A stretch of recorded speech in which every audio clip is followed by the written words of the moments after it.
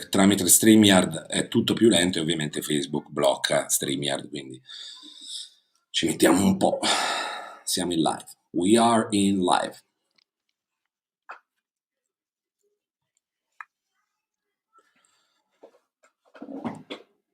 Molto lento, ecco, siamo partiti adesso, ho agganciato la piattaforma. And we wait for more people, guys. Adesso i numeri che facciamo qua sono relativi perché quando poi noi ricaricheremo ovviamente la live direttamente sulla piattaforma si riaprono di nuovo i numeri. Qui purtroppo siamo limitati, ma è l'unico modo che abbiamo per poter avere un host diretto in piattaforma. Jesus Costa, good morning to Mexico, from Mexico. Lorenzo, ciao Zero e ciao Davide. Good guys presenti, suppongo che siano GG. E Lorenzo. So guys, greeting from Greece. We are waiting for you. Avram, yeah, sure, man. I can't wait to be there, man. And also hope you received the pictures. And Avram is in our team in Greece. And Giancarlo, ciao grande. Marco, ciao, hi guys, ciao Marco, hi Marco. Marco, credo che, non so se tu lo conosci, aveva intervistato anche Cobus, credo, mi ha scritto in pagina. Tuzzi, Tiberio, ciao Tiberio, David, hello David, Stefano, ciao Stefano, Gabriel from Ecuador, Zoran, Rashid, greeting from Jammu and Kashmir Police. Hello Rashid, the big egg man. Pino, ciao ragazzi. Carlo, saluto dall'Uruguay. Peppe, ciao Unico, grazie per quello che fai, grazie a voi. Peppe, Leonardo, ciao Leonardo dalla Germania. Brandon, hello from Utah, USA. Stefan, è qui. Vlad, hello sir.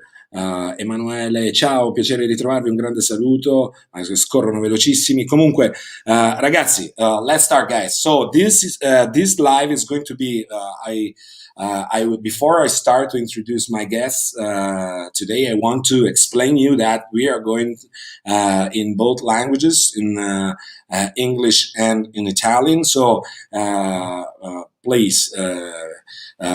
Don't be worried if you don't understand a part, because we try to translate and we try to cover all the topics in both languages. Ragazzi, questo ve lo dico anche in italiano. Prima di presentarvi l'ospite, questa sarà una live che andrà in italiano e in inglese, parleremo di Africa e cercheremo di farlo traducendo punto per punto. Quindi se sentite inglese non vi spaventate, perché la faremo anche in italiano, viceversa, l'ho detto anche in inglese, se sentono l'italiano poi ci sarà anche in inglese. So guys, I have the pleasure to have here a friend, a teammate, and one of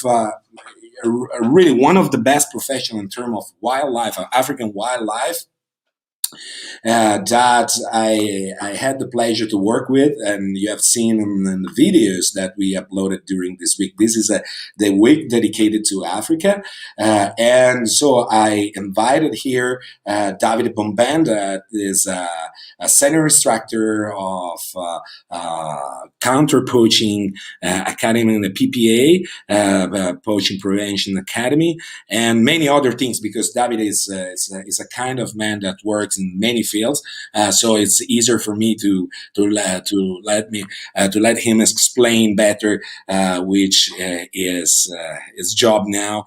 But I can tell you that it's really a great professional in terms of wildlife and conservation, especially regarding the Africa, that's our land. So Davide, welcome here. It's a big pleasure for me. First of all, my friend, thank you very much for inviting me in this very important week that is, of course, the Africa Week. It is a true pleasure and honor being here representing such an important topic that is conservation, and more in general, of course, what it is, protecting wildlife from Africa, of course. And I will try to do my best to give you an idea of what's my job. I started as a naturalist. I was a field guide in South Africa and especially in Namibia, another amazing country of the southern part of Africa that I really love, and I'm pretty sure you love it too. Yeah, yeah, one of my preferred, absolutely. I truly understand and I cope with it. And I had the very bad feeling that something was going wrong when they started talking about poaching. But at that time, I'm talking about when I was only 22, 23 years old. I'm already 43. Talking about 20 years ago. They were talking about few situations here and there. Some rhinos being killed, some elephant being killed, some lions being killed. But it wasn't the situation that we are facing today. So I decided to do my courses. I decided to understand better what was the problem with poaching. And then the situation escalated, and the escalation was very bad. You know, we have lost about 10,000 rhinos in the last 10 years, and the numbers of the population is going so badly that we are facing a true drama, and that is a big problem at the moment. So the population is no more there. Yeah, remember we need to translate. Otherwise, this is the problem that I have normally with when I use translators, because I always. Let's cover this very fast. This point in Italian. Otherwise, we are going we go too forward. Allora, ragazzi, ho l'onore e il piacere di presentarvi Davide Bomben, è un professionista che ha grossa esperienza da un punto di vista della conservazione, dell'anti-poaching, è senior instructor di Poaching Prevention Academy. Se sbaglio dimmi qualcosa, dimmelo. È una persona che ovviamente conosce molto bene l'Africa, perché sono anni e anni che lavora in Africa, conosce molto bene, lui ha spiegato, adesso lo rifarà in italiano velocemente, ha spiegato per bene di che cosa si occupa. Abbiamo avuto il piacere di lavorare insieme qualche anno fa, proprio in un incarico di counter-poaching, quindi ci siamo sentiti perché nella settimana africana, per forza, essendo tra l'altro tutti e due italiani, e amando tutti e due l'Africa, venendo in un certo senso tutti e due dall'Africa, era ovvio. Quindi Davide, benvenuto. Fai una intro tua super fast anche in italiano, così poi andiamo al punto successivo.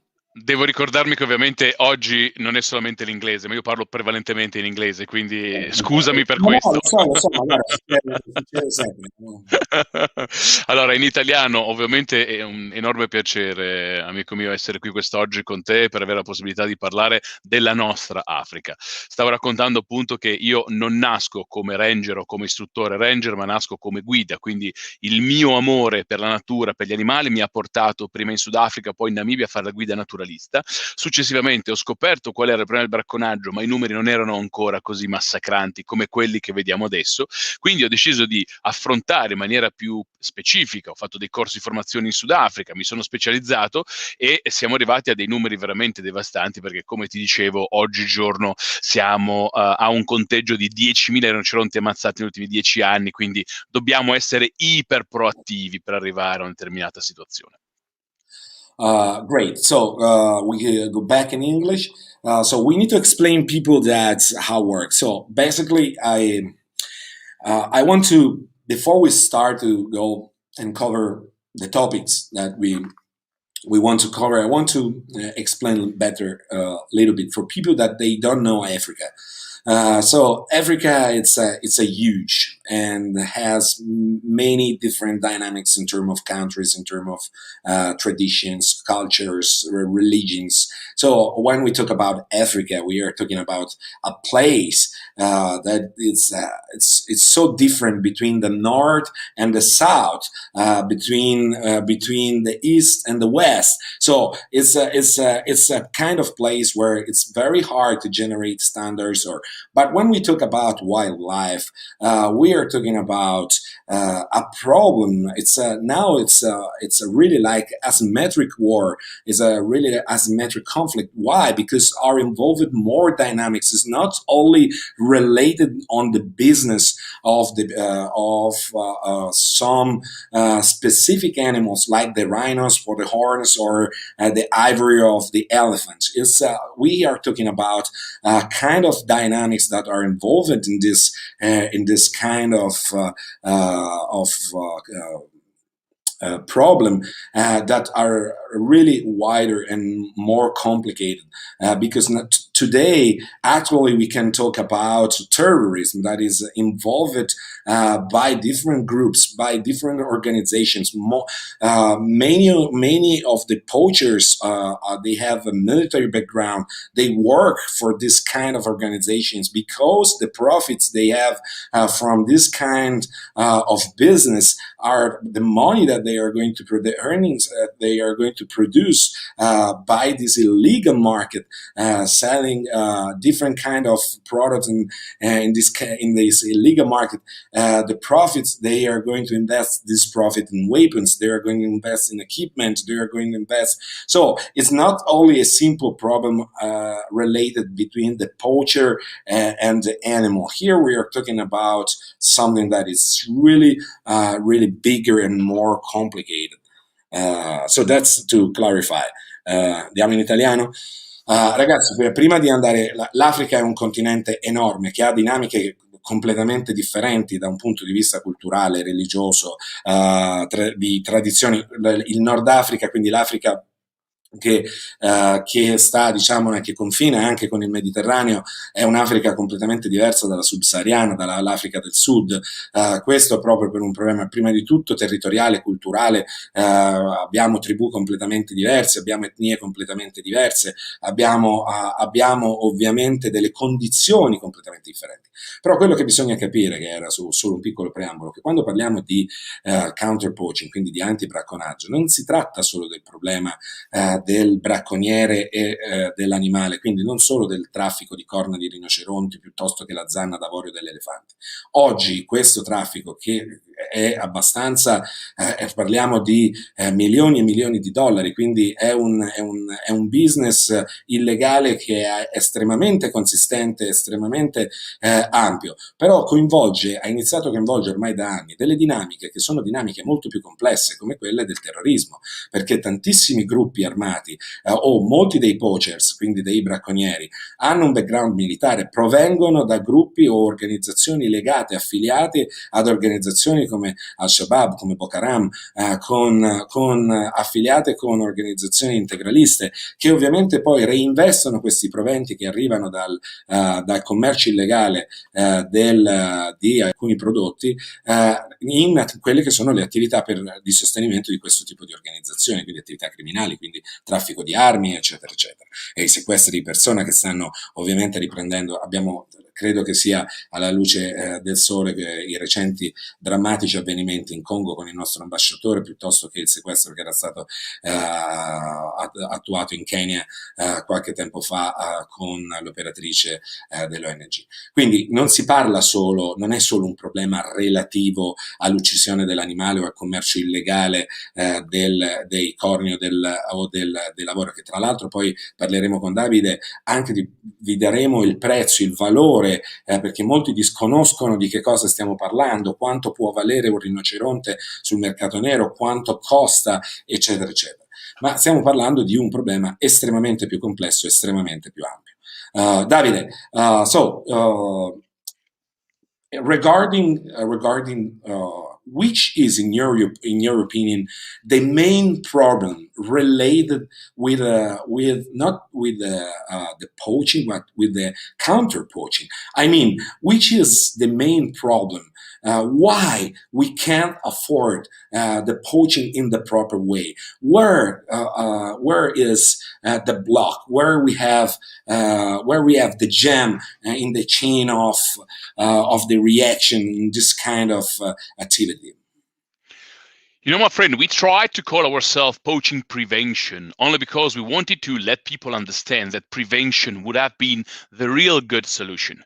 But unfortunately, when we talk about Africa, especially when we talk about Africa, the amount of money that needs to be used to fight this kind of battle, that is a true war, it's not a joke, is a true war, then we find ourselves in a difficult situation.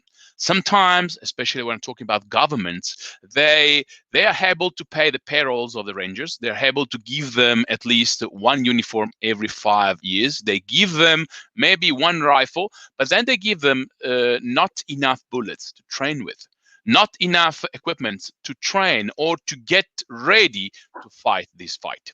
So one of the big problems, of course, it is linked to the fact that this fight is fought inside a big continent, because let's remember 55 countries in Africa. It's a continent, it's not only a single country. Yeah, And it's true. better that people understand it and you underline it from north to south, from east to west to the center. Everything is so different, so different. The other jam, as you were saying, of course, it is linked to the fact there is not something that has been standardized. So rangers in one park have got one concept, another ranger in another park has got another competence, another person in another park has got a different kind of SOPs. So all these makes, of course, a very difficult situation, even for us trainers. We move around from one country to another. We find ourselves in very different situation. One country's got one knowledge, another one has got a better vision of something. The big problem is that we have very different waves in competence from rangers to another ranger. Yeah, we can say is correct in the base of what I saw and what I know. It's correct if we can say that probably one of the main problems we have in terms of counter poaching is the fact that in the wrong side of the line, so in the term of poachers and poaching, we are talking about a huge business. We are talking about millions and millions dollars a year for us business. But in the other side, on the proper side of the line, counter poaching is not a business. It's not a business. I mean, it's not an industry. It's a kind of field of application where you can't find, for example, private security companies because there are no money. I think is one of the main issues because no payments, because no budget, because no money, no business, no professionals. That is another phase of the problem, right? The few professionals that are involved in the counter poaching, I have a lot of friends out of you, but other friends that I have former SF that are involved in counter poaching. They are doing this for free as we did. It's a personal contribute that because they believe in the good fight, because they believe in this. But this is a huge problem. But why, in your opinion, there isn't an industry in terms of business or security business or private security business in the side of counter poaching? Once again, is about the value. And this is a very important point, the one that you actually touched now. The value chain is the most important part. If the local people do not see the value of that animal that they decide to kill, and then, of course, to get a small amount of money. Let's go straight to the point. A rhino horn, at the end of the business, it is worth 90,000, $100,000 a kilogram. I'm talking about the value, twice the value of gold, at least 35% more than cocaine. We all know what people do in private and in government to protect people from smuggling gold or selling drugs. The big problem is that tourism is not enough as a value to protect these animals. Therefore, the value that I can give to an alive animal and you give, and those people that spend money for their holidays, they give to the animal is not enough to create a proper business for conservation. It is only a vocational activity. It is only a volunteer activity. I just want to be very straight. We as an academy, we get zero money to train rangers. I personally pay my flights. I personally pay my equipment. I've been spending the last year, 2020, about 30,000 euros with money transfer on banks or money sent only to help these rangers to do their own job or to make the job better. And they were asking for very simple things: new uniforms, new boots, slings for the rifles. You remember because you you underline it on the first video. There was not even a sling on the rifles. So just imagine the difficulties that we are having every time. So I think we should go in Italian, otherwise we lost we lost I the first. forgot. No, no, no, don't worry, no, me too. Allora, ragazzi, rapidamente in italiano. Quindi, quello che io ho chiesto a Davide, gli ho detto intanto, gli ho chiesto la prima domanda, gli ho chiesto qual è, secondo lui, uno dei problemi maggiori relativi all'antibracconaggio, cioè dov'è che il sistema si inceppa, perché non siamo in grado di fornire un servizio efficace, effettivo per risolvere questo problema. E questa era stata la prima domanda. E Davide, dai tu in maniera sintetica la risposta che hai dato prima in inglese a questa domanda. Parlando nello specifico di quello che è l'attività di antibracconaggio che i ranger locali fanno, siano essi privati piuttosto che pubblici, il problema è sempre legato ai fondi fondamentalmente. Questo vuol dire che sia i governi sia i privati, quando devono pagare quello che è l'emolumento mensile, riescono a farlo. Peraltro vorrei ricordarlo, parliamo di 250, 450, 650 dollari al mese, quindi non stiamo parlando di cifre elevatissime, cosa che difficilmente potrebbe interessare una realtà aziendale privata ad inserirsi all'interno di questo settore. L'altro problema ovviamente è che io ti do un fucile, fai che non si rompa mai, ti do 50 colpi l'anno, fai di non utilizzarli troppo, ti do l'uniforme, ma se si sgualcisce sono affari tuoi. Ti do degli anfibi, ma ti chiedo 25 km di pattugliamento al giorno. Dopo un anno, neanche dopo 6 mesi, sono già finiti. Quindi è un problema economico, effettivamente. E quando poi tu mi hai fatto la domanda su qual è il motivo per cui non si entra in questo settore dal punto di vista del Non privato c'è e quindi bisogno. come... Nel Scusami? senso, uno dei problemi, esatto, no, dicevo, la seconda domanda è stata proprio questa. All'interno del counter-poaching non c'è business nel lato corretto della linea, c'è business dall'altra parte, cioè il poaching, il bracconaggio e il mercato nero, il mercato illegale degli animali e dell'abbattimento e della vendita, per esempio, dei corni del rinoceronte che stiamo parlando, dopo dirai il valore che hai detto prima riguardo, per esempio, al corno del rinoceronte. Ovviamente sono decenni che questo avviene, perché comunque c'è un mercato specifico che è prevalentemente legato al sud-est asiatico, però il problema è che mentre da un lato, quello sbagliato, abbiamo milioni e milioni l'anno di business illegale, dal lato quello corretto della linea non c'è business, cioè non ci sono, in questo settore non sono coinvolte società di sicurezza serie, cioè non ci sono professionisti, non c'è un mercato dei professionisti dentro. Questo è un altro grosso problema che poi continueremo a sviscerare. E tu, anzi, rispondi tu direttamente alla domanda, se non parlo solo io. Quindi questa era la domanda. Quindi gli ho chiesto come mai non c'è business nel lato corretto della linea? Perché non si riesce a strutturare un lavoro che possa, capito, comunque prevedere l'inserimento di società specializzate, di società che comunque sono strutturate a livello mondiale? Parlavo appunto del discorso del valore, perché il valore è un elemento fondamentale. Voi immaginatevi che quando si parla di valore, noi parliamo del valore di un animale come un rinoceronte che ha un peso importante, viene ucciso per portargli via le corna, quelle corna hanno un valore alla fine del mercato che è pari fra i 90.000 e i 100.000 dollari americani. Quindi un corno che pesa 10 kg, fate voi il conto, non ci si mette tanto a capirlo.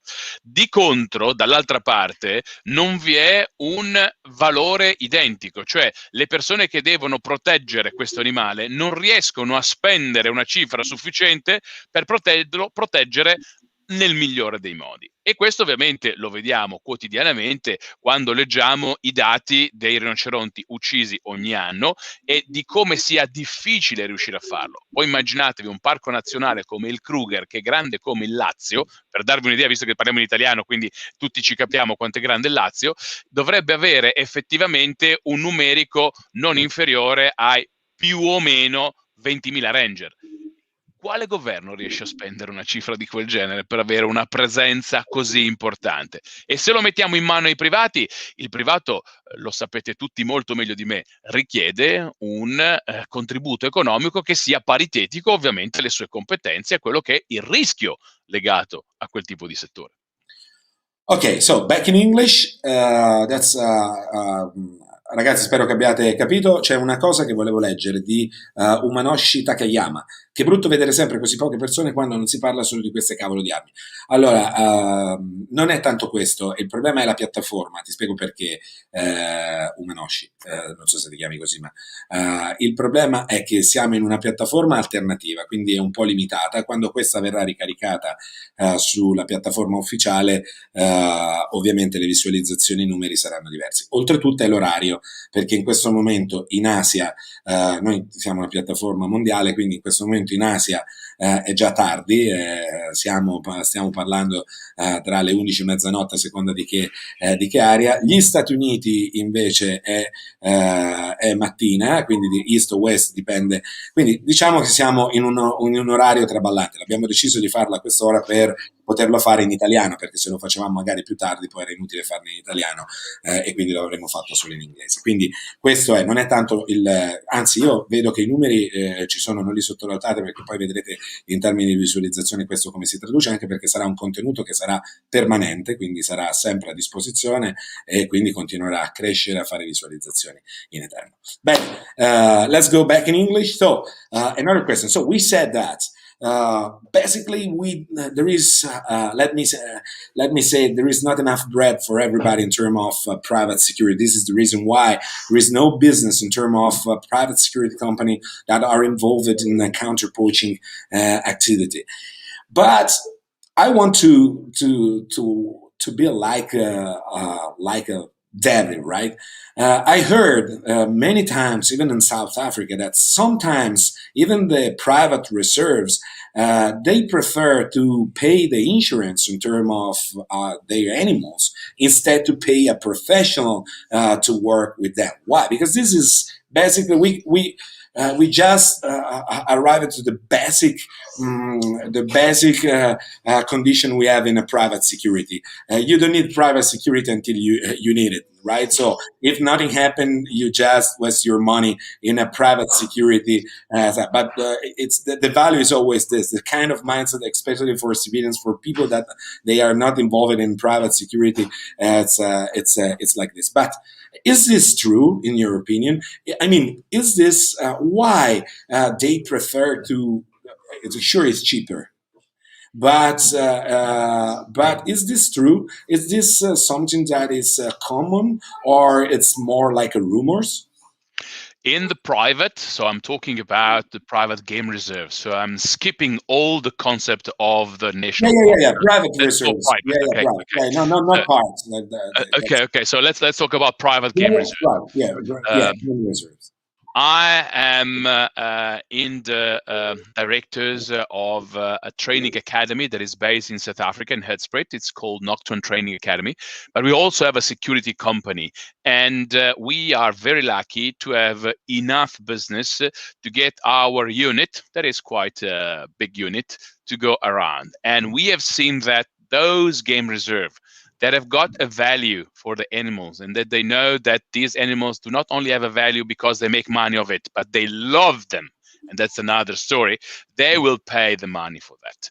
And I promise you, my dear friend, there are a lot of very good professionals. I've seen special forces from South Africa joining this fight, and their knowledge is unbelievable. I learned so much from them.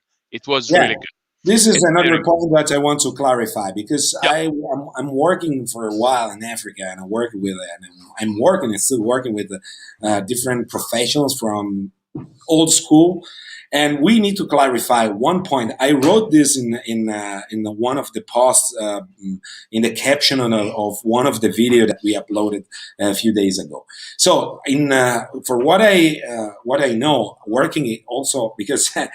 In a kind of sense, I work in a conservation, but the species that it's with two legs instead of four You legs. move with 2 legs and Yeah, fall. but we have the same problems, right? So when we work with units and counter narcotics or counter-terrorist units, we still have the same problem, especially in some part of the world. People, this is another big thing that I want to cover, the mindset of people, because people think that everything is exactly has the small world that they live in their I don't know, in United States or in Europe or whatever, and they don't have an idea what happened outside their houses. Out of this, what this is one important point that I want to clarify. In my opinion, as a professional, as a trainer, there is nothing, really nothing, that any kind of foreign professional, in term, doesn't matter if we're talking about a soft guy, SF, or whatever is the background, there is nothing in terms of for a foreign professional that we can teach to any old school vet from South Africa or Rhodesia or whatever. People that they did a bush war for real, right? So the experience they have is something that it's priceless, and it's something that you just need to sit down. If you have the luck to have this chance, you can just sit down, be quiet, and take notes. That's it. Doesn't matter who you are, even if you did many deployments, whatever. Africa is another kind of environment, and we know that the context, the tactics and dynamics. And when we talk about bush is bush. So they know their job, but we have a problem because the rangers need anyway the help. So someone need to help them. So if we have the best, and we are talking about South Africans, we are talking about people that they old school, that they lived a kind of period there where it was pretty hot, and with a lot of experience. That's perfect. But if we can't have that kind of subjects, we need to do something anyway, because we can't stay watching what happens, right? So this is the one thing that's important. So there is nothing we can teach in terms of bush tactics. We can do many more other things, but in terms of bush tactics to them. But we need to ask them to be more involved in this kind of activity, because we need this kind of experience, and they know this, right? So this is an important point that you covered. Another thing is that people, they need to understand, and this is not only for counter poaching, but in general, it's a problem on our tactical industry, because people think that you can find the best equipment everywhere, that you can buy holsters everywhere. You have a tactical shop around any corner, or you can go like a Walmart, and then you can buy whatever you need. That's a simple a dream.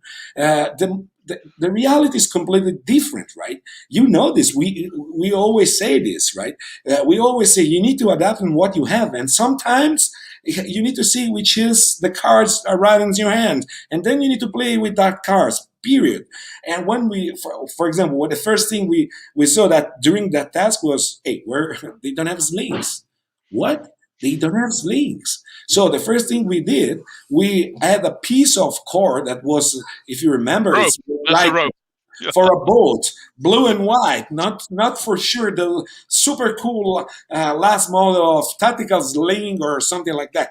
Simple nylon cord, blue and white, that was so brightness. By the way, we make it dirty, scratching on the ground, on the dust, but you know. This is what, and the same concept. I found this everywhere in South America, in Central America, in Southeast Asia, in the jungle. We still have the same problem. We have low budget, small budget. We have a few resources. We have old equipment, old firearms. Sometimes they provided me a platform that probably was safer and faster to throw the platform than to try to shoot with They the shoot platform. it. Do you understand? But this is, it's not. This is the reality of things. Now, if you can have the top level equipment, that's great. But this is why you need to train this. You need to train the brain. You need to But train. Zira, 1 month ago over there were 3 big boxes full of tactical webbings, slings, and very small things that were sunglasses. These guys needed those equipment more than anything. I personally brought, because luckily the air carrier decided to be gentle with me, I brought 96 kilograms of equipment, brand new equipment, to the Kruger National Park to give them better equipment that they actually didn't have.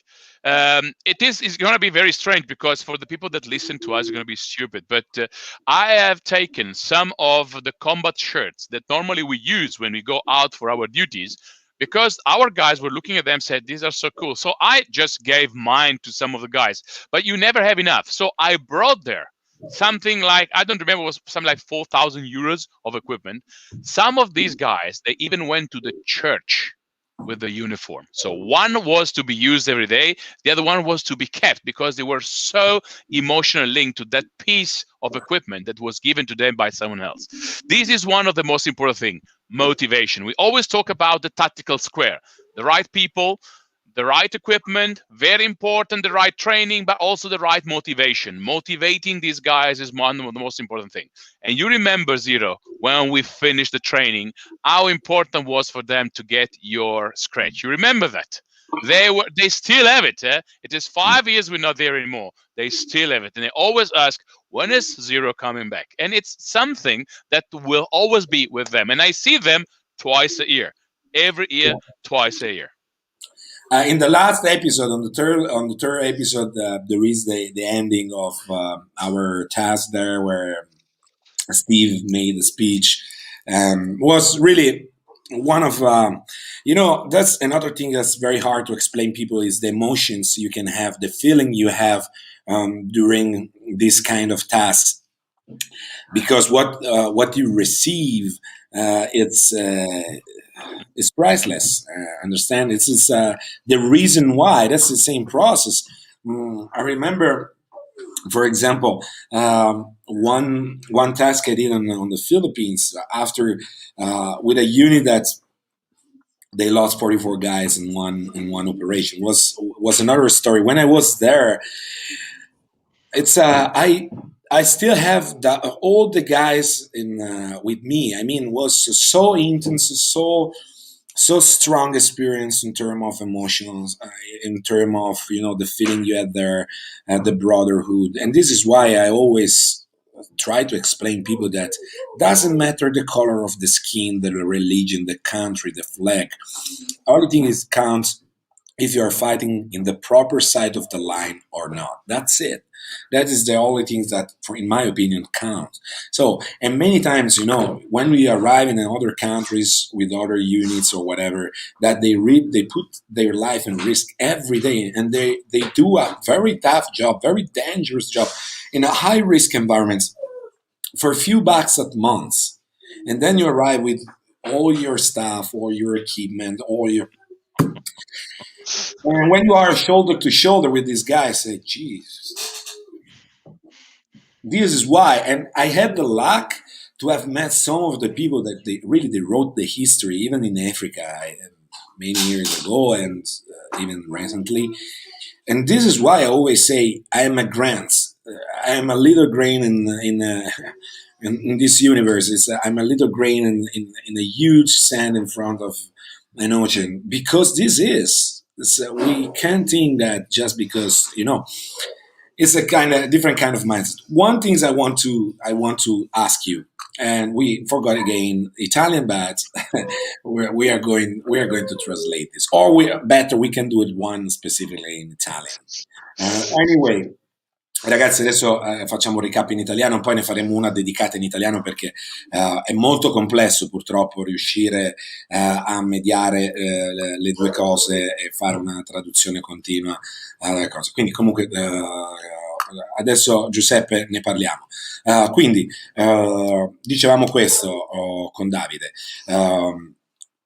Molto spesso la gente non si rende conto del fatto che le realtà sono completamente differenti. Noi siamo abituati a vivere il nostro mondo, dove è tutto accessibile, dove hai tutto, soprattutto il mondo del tattico è un mondo assolutamente fuorviante, perché siamo abituati a vedere le tendenze, quello che fa figo, avere l'ultimo modello di super rifle, eccetera, eccetera, o l'equipaggiamento da 1.000 euro. Tutto questo però va bene, e lo trovate all'interno di determinati comparti, in determinati ambienti o nei poligoni. Nel mondo, quello reale, quello fatto di paesi tra l'altro ad alto rischio, in aree molto complesse come il Sud America, il Sud-Est asiatico, l'Africa, è pura utopia. è un sogno, cioè la maggior parte delle volte dovete fare i conti con quello che avete, punto. Dicevamo con Davide che l'ultima volta che siamo andati, che io sono la volta che abbiamo lavorato insieme, la prima cosa che abbiamo visto non avevano neanche le sling. Quindi capite che quando tu parli di transizioni super cool, parli di transizioni con gente che non ha la secondaria, quindi l'unica transizione che fanno è tra lo sparare e il correre, e siccome visto il numero di munizioni la preparazione atletica è fondamentale perché è il piano B, il piano A è un piano estremamente breve visto il numero di munizioni, per cui poi c'è il piano B che è quello di, io gliel'ho detto subito, ho detto, ragazzi meglio che voi impariate a correre velocemente perché questa potrebbe essere una soluzione, ma questa è la realtà dei fatti. Quindi e questo è quello che diceva Davide. Quindi da un punto di vista, Davide, dobbiamo spiegare una cosa molto importante.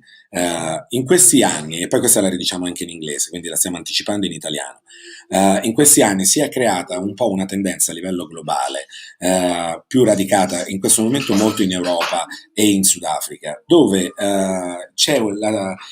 si è visto che molte società iniziano a impiegare personale non qualificato, sostanzialmente personale che magari ha anche come spinta una spinta positiva di voler dare il proprio contributo, ma non avendo background o esperienziali o tecnici di utilità, sostanzialmente si trovano impiegati in condizioni dove magari fanno la patrol dentro la riserva privata, armati di AK-47, eccetera, eccetera. Questo è un discorso molto delicato, molto pericoloso. Perché?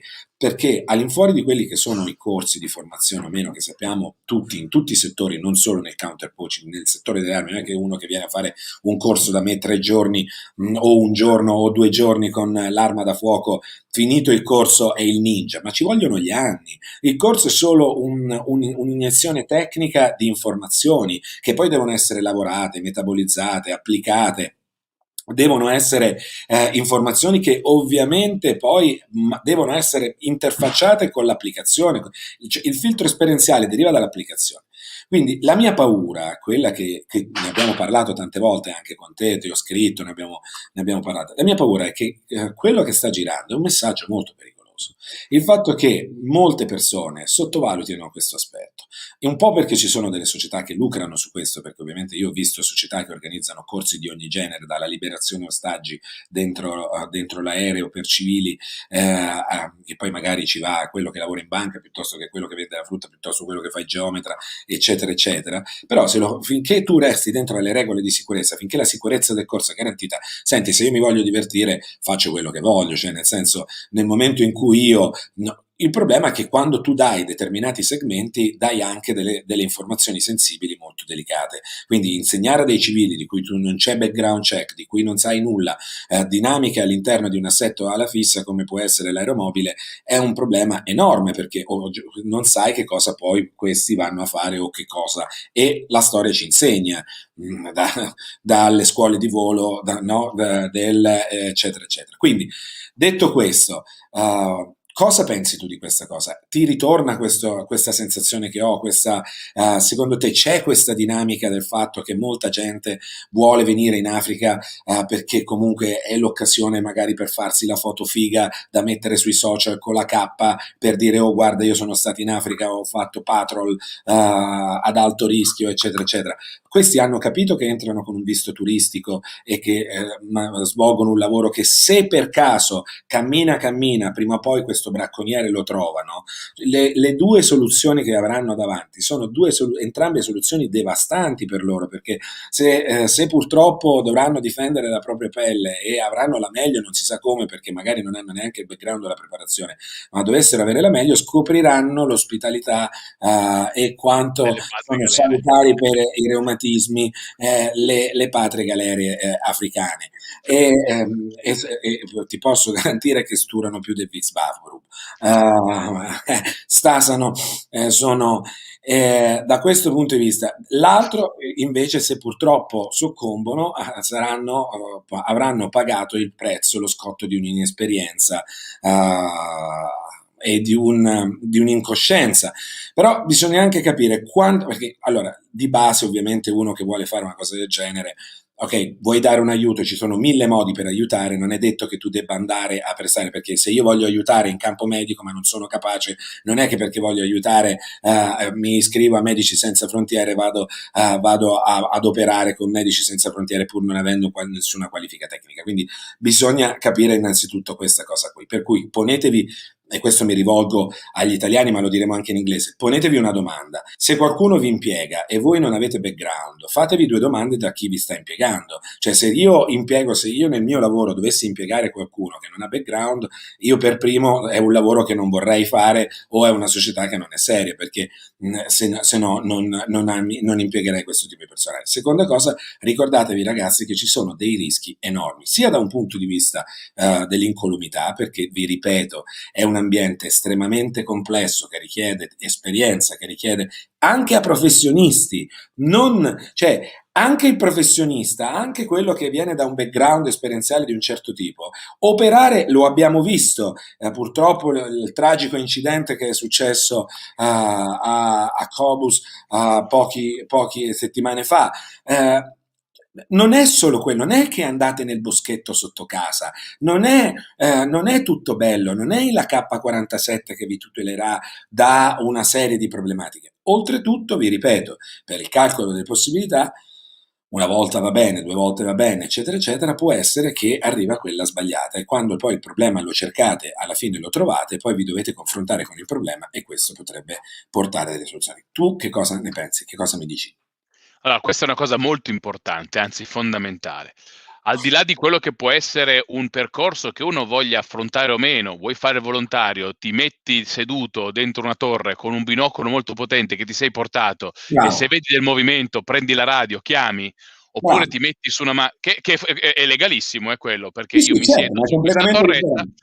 mi metto qua, magari mi annoio, magari vedo degli animali meravigliosi, ma ho il tempo magari con la radio di dire guardate che ho visto il movimento a nord, a est, a ovest, a quel punto lì l'unità antibracconaggio si occupa di questo. Oppure ho una macchina che mi viene data dall'organizzazione o che mi affitto e giro la fence della riserva controllando per dei punti di infrazione e dove li trovo mi fermo, punto GPS, chiamo la radio, guardate che c'è un buco qui.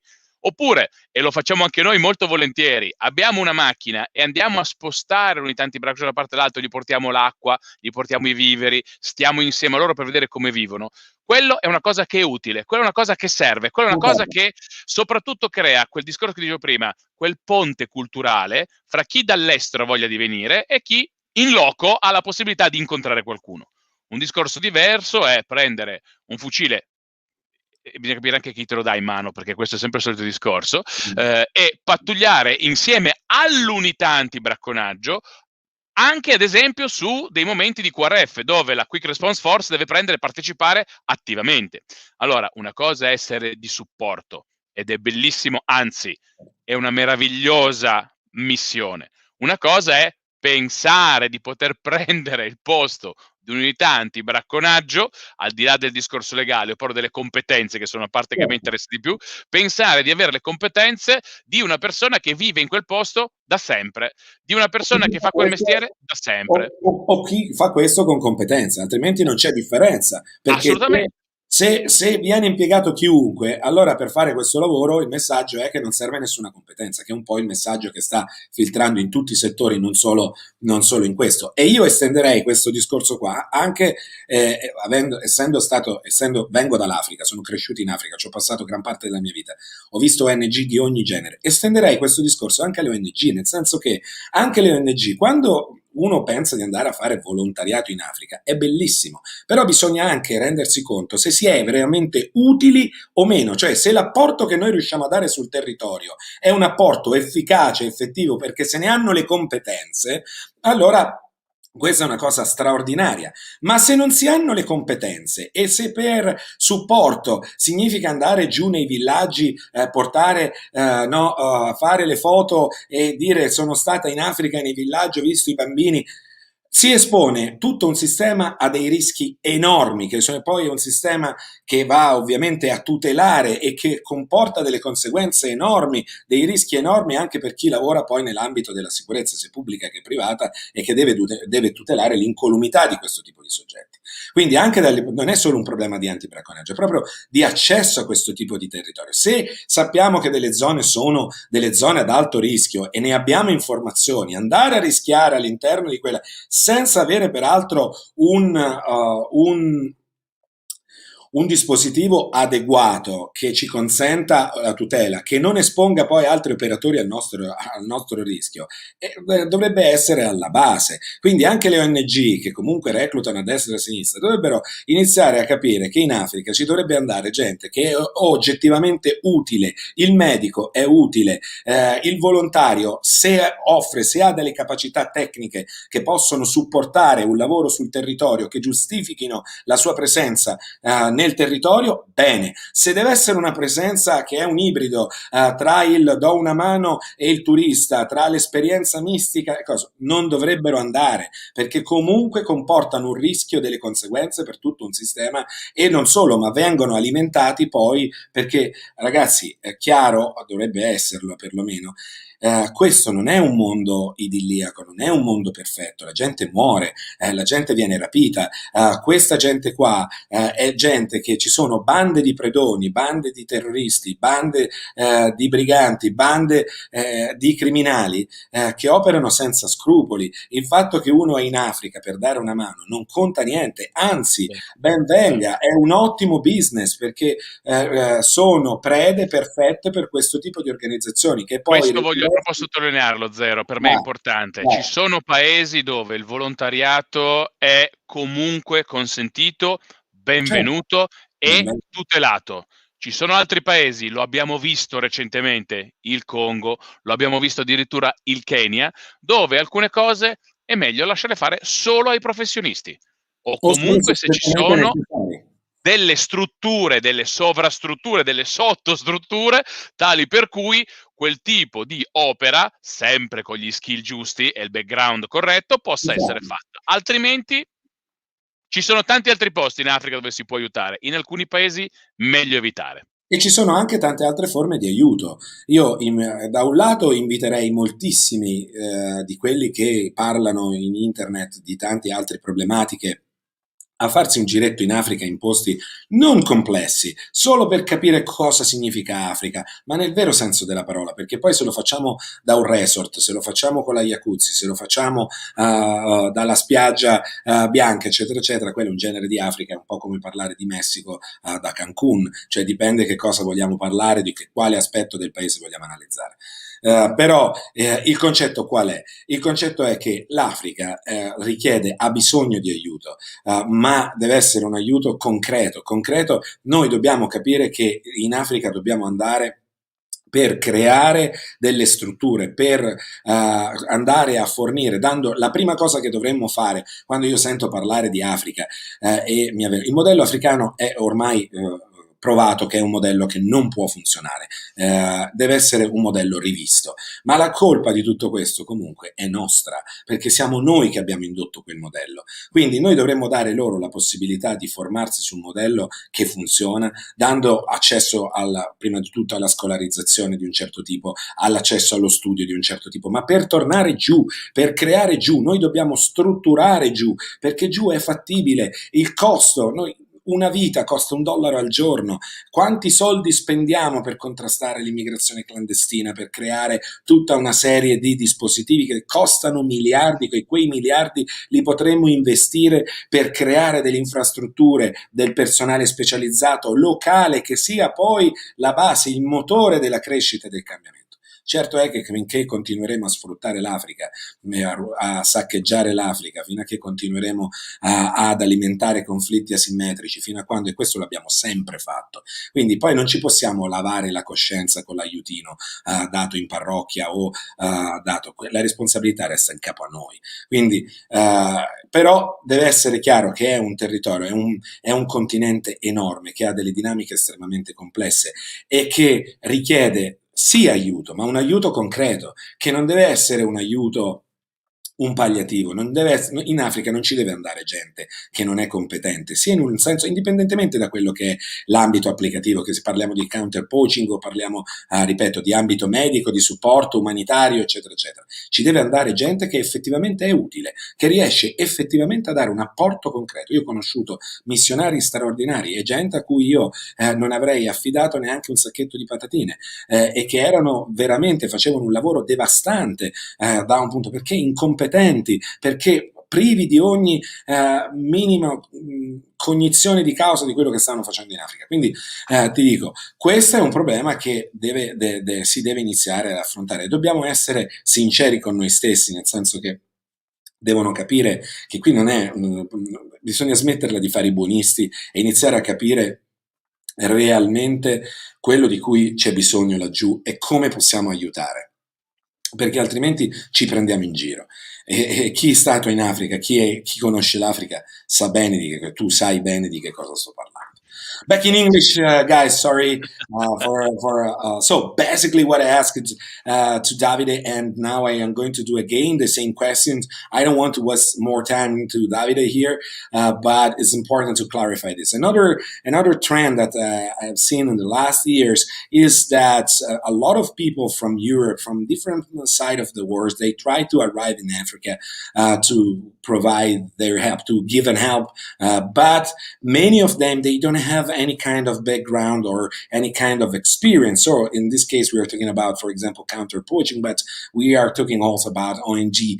It's not only about counter-poaching, but many people, many guys, they just want to arrive in Africa to take a picture with the AK, to just, and many of them, they arrive from a civilian side, maybe airsofter, maybe people that they have no background, because there are many companies that they sell these kind of dreams to people, but it's very dangerous. You need to understand that it's so restricted. You need to understand that when you enter in a kind of country like that with a touristic visa, for example, and then you start to work with a firearms in your hand, you start to patrol maybe in a private reserve, you need to understand that this is a big risk, because sooner or later you can find a problem. If you're looking for a problem, you can find a problem. When you find a problem, the solutions, anyway, even if you're going to win the fight or if you are going to lose the fight, in both cases, you are going to have a lot of consequences on this, a lot of collaterals. So you need to be sure that your organization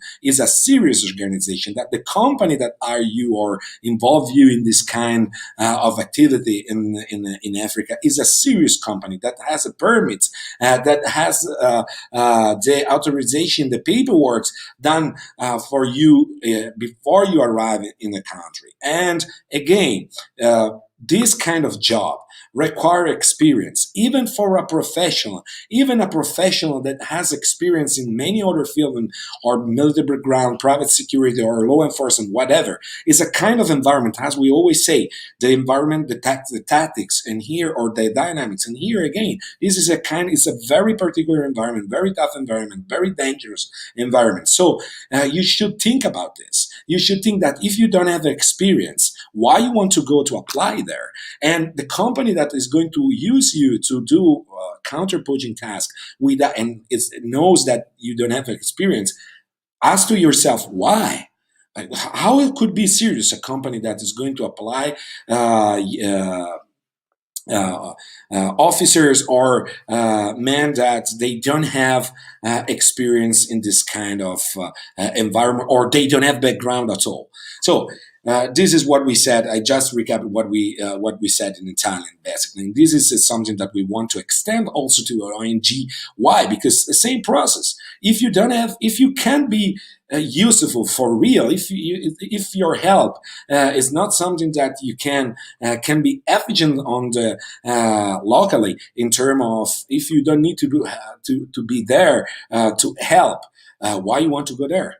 That's the point. If you are not able to help in any way, if you don't have competences, or if you don't have experiences, or if you are, for example, you are not a medic, why you want to go there? Or if you can help for real, that is a great thing. But if you are not, you start to generate collaterals in terms of risk for many other peoples that they work around this kind of environment, in terms of private security, in terms of public security, in terms of people that they need to protect this kind of subjects when they arrive in this kind of countries that are very dangerous in terms of kidnapping, in terms of attack, because it's full of criminals, it's full of terrorists. If we have many groups, and for them, any foreign people that arrive in this land could be a huge business, and the money that they are going to earn if they are going to kidnapping you are something that they are going to invest again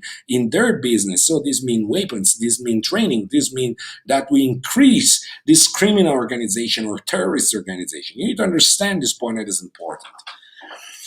And this was the concept that we developed, and I just let me add these 2 points. There are 2 key focus. The first one is what you're going to do. You will never be carrying a rifle in your hands, going around pretending to be a ranger. You will not be a ranger. You have no knowledge, you no skills to do that. You can sit on a tower and help them to look around, because then it's going to be a very good volunteer job, because you have to look. You can walk with them and see if the fence line has been cut. That's okay, but you will not be able to do a counter-poaching or a proper anti-poaching activity. It's not possible. Second, very important, the place where you're going to apply. There are countries, and we have seen it in Italy, that even people that have got all the structure to be protected, they have been killed. And in other places like Kenya, we have seen it. One of our Italians has been kidnapped. So please be very aware of what you're doing. Be very aware. Don't take risks. Trust the reapers and the informations, the official informations related with the specific areas of a specific country, because you can find all these infos. So before you move, before you arrive there, be sure that your organization is a solid organization. It's a serious organization that can cover and protect you, that can support your job, and be sure that you can be for real useful. Otherwise, you can help in tons of ways. From your home, donating or working behind the scenes, and not directly on the with boot on the ground. That's is the main part. We have Danny. Andare a dare una mano alle strutture che recuperano e curano i rinoferiti, che si prendono cura dei cuccioli. Come lo vedete? Non so, Davide, come lo vedi? Allora, c'è un bellissimo centro che si chiama The Rhino Orphanage, dove le persone possono effettivamente andare. Non sono i rhino feriti, perché per quello ovviamente ci sono i veterinari, ma sono gli orfani di rinoceronte. Recentemente ne abbiamo portato un altro proprio dal Pilanesberg dentro questo centro, e quello è un ottimo sistema. Altro sistema è quello di organizzare delle campagne, raccolte fondi, raccolte equipaggiamento, portarli giù in loco e consegnarli a queste persone. Il sistema però più forte, ve lo dico subito, è diventare turisti consapevoli, portare il vostro tempo ad andare in Africa per dare valore all'animale vivo. Perché il turismo è lo strumento che dà aiuto vero e concreto, perché crea posti di lavoro, dà opportunità professionali, alle nuove leve dà la possibilità di andare a scuola, perché se i genitori lavorano, i figli possono andare a lavorare. E questo lo vivo tutti i giorni sulla mia pelle, su un progetto che abbiamo dentro il Parco Nazionale Kruger, dentro il Kruger, dove la comunità vive del turismo. E speriamo che sto Covid finisca, perché il Covid ci ha tolto un anno di turismo. Mi hai anticipato la cosa, dicevo, questo è uno, ovviamente, essendo fermi anche noi con l'internazionale da oltre un anno, immagino quanto può essere dura per tutta questa serie di paesi che campano o che hanno una grossa parte di economia basata sul turismo, e quanto questo agevola il lato sbagliato della linea, perché tutte le altre organizzazioni, ricordatevi ragazzi che questa è una strategia che è stata applicata da anni anche in termini termini di terrorismo, dove si cerca di minare l'economia sana di paesi, perché ovviamente poi quando si crea quel gap dove ovviamente lo Stato non è più in grado di sopperire a determinati servizi, il passaggio all'altro lato della linea è molto più facile, diventa quasi un'esigenza, perché se io non ho modo di guadagnarmi onestamente da vivere, e se io devo mantenere una famiglia, in qualche modo io mi devo organizzare. Quindi in posti come questo è ancora più facile. Se c'è questo rischio da noi, immaginate con chi già normalmente deve lottare per arrivare a chiudere, a mettere un pezzo di pane a tavola, che non è assolutamente scontato. Scusate se sentite confusione, ho uno dei figli che sta facendo un disastro. Detto questo, credo che i poacher sono in generale locali o anche loro arrivano, sto leggendo un'altra domanda di Nicolai, i poacher sono in genere locali o anche loro arrivano da regioni e nazioni diverse? Allora, il bracconiere solitamente è una persona locale, nel senso che deve avere delle competenze per poter sopravvivere a quelle che sono le difficoltà dell'ambiente. Noi abbiamo perso recentemente un amico fraterno, uno dell'unità K9, perché è stato mangiato da un leone, quindi devi sapere come muoverti.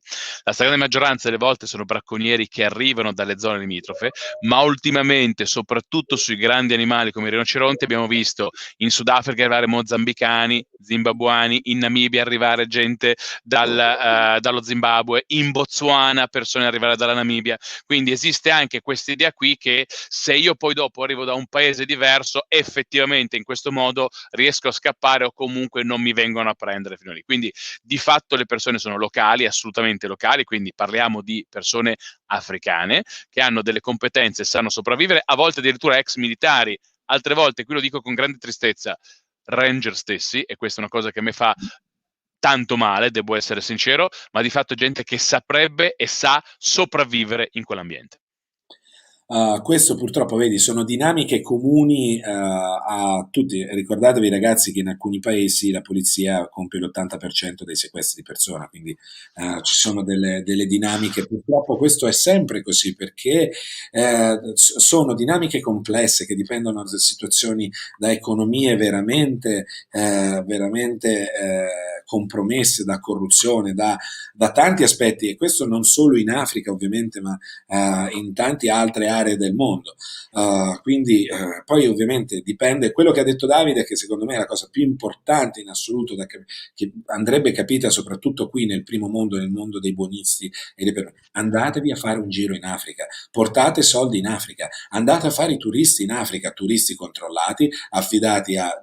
Allora, intanto ci sono dei circuiti che sono strasicuri, perché per esempio il Sudafrica o la Namibia poi all'infuori di quelle che sono le mete di mare, diciamo, più gettonate del continente, però come anche la Tanzania, Zanzibar, quello che è, insomma, però dipende anche che cosa volete fare, se volete vedere gli animali, se volete vedere l'Africa della gente, se volete farvi una settimana al mare, dipende, però andate in Africa, perché questo ovviamente genera un indotto che è un indotto fondamentale per le economie locali, per tutte quelle imprese e quelle persone che lavorano, e che ovviamente questi paesi hanno un bisogno enorme di turismo vero, quindi e per voi sarebbe un'opportunità enorme di poter capire meglio un continente che magari avete visto solo in televisione attraverso il National Geographic o attraverso quello che è. Andate là, guardate, rimarrete affascinati. Io sono sicuro che se voi toccate l'Africa ne rimarrete affascinati. Ricordatevi che è anche una terra in cui paradiso e inferno convivono, ed è un posto in cui in pochi metri si possono vedere entrambe le realtà. Quello che però dovete capire è che c'è bisogno di aiuto, e che questo periodo che ha bloccato l'intero mondo per questo problema di questo piccolissimo, maledettissimo virus, che il Covid avrà delle conseguenze enormi, perché la ripercussione effettiva, i collaterali effettivi di quelli che sono lo stop a livello mondiale dell'interscambio, il fatto che non si possa viaggiare, il fatto che ci siano, non si sa effettivamente ancora per quanto si protrarrà o quello che andrà a generare. Di fatto queste economie, se prima erano compromesse, oggi saranno sicuramente messe ancora peggio, e quindi questo porterà a un inasprimento di tante altre dinamiche, a un impoverimento delle risorse per il contrasto delle dinamiche, cioè saranno dei collaterali, delle conseguenze che per questo continente sarà purtroppo, come per tutto il resto del mondo, ma immaginate che chi era già messo male prima, ovviamente oggi.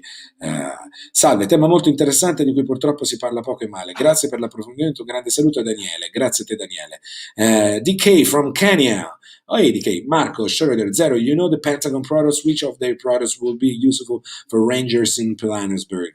Grazie. That's a long question. Maybe in private we can talk now. But because I don't want to advertise, this is a neutral space, so I don't want to. Un argomento veramente interessante, grazie per questa diretta Rodolfo. Alessio Ticani, ciao carissimo Zero e Davide. I know Marco that you didn't ask for advertise, you asked because you are involved in this, but we can talk in private about this, and I'm pretty sure that together with some companies, I'm pretty sure about Pentagon and other companies like Next Level Training and other companies, in the future we will be able to organize a mission with Davide. We will back in Africa again, and we are going to try to give our support, direct support, again to the guys there. And yes, stay tuned because we could have some news even in that side. Davide, guys, forza Bari. Rebel, come on, Forza Bari, questo è number one, best Forza company. Bari. Forza Bari. Okay, so we have this is the Italian part. It's the Italian nature. Allora, guys, hope you like it. This is going to be forever. I want to thank you, David, for your time. Again, it's a big pleasure. I think that we should organize more often kind of appointment like this, talking about Africa, our land, talking about counter-poaching, talking about projects, and we need to spread the word. We need to educate people, and we need to let them understand better when we talk about this kind of dynamics, what means for real. And grazie ragazzi, ringrazio Davide per il suo tempo e il suo contributo. Faremo più spesso questo tipo di dirette, inviteremo ancora Davide, parleremo ancora di Africa, parleremo ancora delle dinamiche in Africa, parleremo di antibracconaggio. Davide, poi parleremo di progetti quando saranno fatti, appena sarà anche possibile poterci rimuovere, perché siamo entrambi impazienti di tornare in Africa. Io tra l'altro ho anche dei corsi in Sudafrica fermi da un anno e rotti, ho i ragazzi che mi scrivono continuamente. Tecnicamente il Sudafrica sarebbe anche aperto, perché un PCR da 70 basterebbe. Anche in Namibia. Cioè, tra l'altro i biglietti aerei costano la metà adesso. Il problema è che ovviamente stiamo aspettando che si stabilizzi un pochino anche tutta la parte vaccinale nostra, in maniera anche da poter essere più sicuri noi per andare. In ogni caso, io ti ringrazio per il tuo tempo. Thank you very much. Thank you very much, my dear friend. It has been a true pleasure being here today with all the people that normally, of course, follow you. If I may, tomorrow at 4:30 Italian time, that is going to be 3:30 UK time, there will be the second big conference with a lot of ministries from different African countries and with a lot of dignitaries from different conservation organizations. We will have these 2 hours conference that will lead to different conferences, and then we're going to have in March 2022 our big conference is going to be called the African counter-poaching conference, and that will be a very important moment. And let me already invite you, my dear friend Instructor Zero, to that event, because it will be done in a very, very, very important place in South Africa, where we are going to have all different ranges, all different organizations from different areas of Africa, all linked together to understand what we can do all together as a true legacy, as a true unit to help curb poaching in Africa. I think that's a great project, and yes, whatever I can do to support it, that's count on me, 100%. So tomorrow there is a conference. It's a public conference. People can join it. It's a public conference. If someone is interested, they can go onto our Facebook page, the Poaching Yeah. Prevention Academy page. There is, of course, the link that they can have, and it will be linked also into Facebook. So if people want to see it in a separate time, they can do that. So it's open to everybody. Okay, if you send me a link when you did it, we are going to upload the link even for people that need to join it Fantastic. or to want to see it I'll later. do it So now. I'll do follow. it now. Fantastic. Guys, again, you the best way to help Africa is to buy a ticket and go there as a tourist. You are going to have a beautiful, an amazing time there, and you give your best contribute to that kind of land in terms of different countries. You can have a lot of fun. You can see some of the most amazing place on this earth, and in this way, you can help the people they live there. You can help. So be a tourist, be a smart tourist, be a safe tourist, but be a tourist. That's and touch Africa for sure, 100%. In your backlist, you need to insert you in your bucket list. You need to insert Africa in the first place. We need your help there, 100%. Again, 100%. thank you, everybody.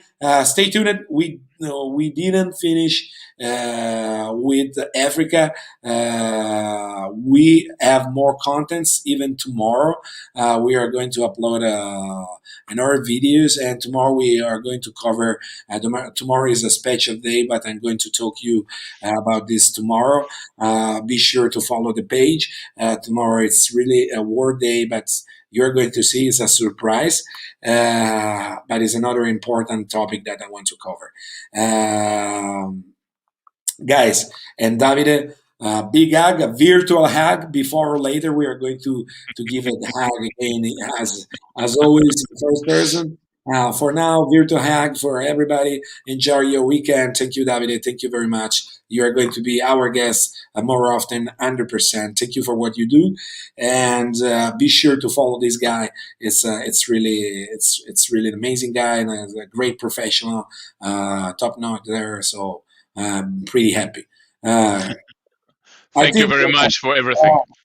All the best to don't go everybody, and come to visit us in Africa. You will experience the best, best, best 100%. country in the world. And I promise it to my family, to the kids, because they always say, "When we go in Africa, when we go in," I say, "Listen, when I do some jobs, you can't come with me. It's better you don't come with me. But I want to go there also as a tourist with you. I want to show you my land, because has you know." And so this is for sure something that we are going to do. Don't move from there. I just going to switch off the live, but we're still talking, me and you, in private. Thank you, guys. Have a nice weekend from both, from me and Mr. Davide. All the best. Bye bye. Bye.